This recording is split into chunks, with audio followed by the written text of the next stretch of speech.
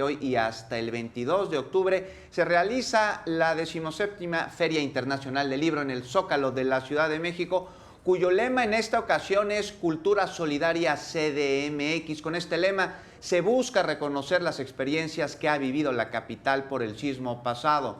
En esta edición de la feria habrá más de 400 actividades literarias, artísticas y culturales. Y mire, Chile es la nación invitada, nación que también ha sufrido experiencias dolorosas debido a sismos. Bueno, Chile es el invitado de honor en esta feria del libro, entre cuyas actividades destacan la muestra de letras nórdicas, el encuentro de periodistas No Están Solos, el de publicaciones periódicas culturales y también el segundo encuentro de diseño e ilustración presentado por Gran Salón México.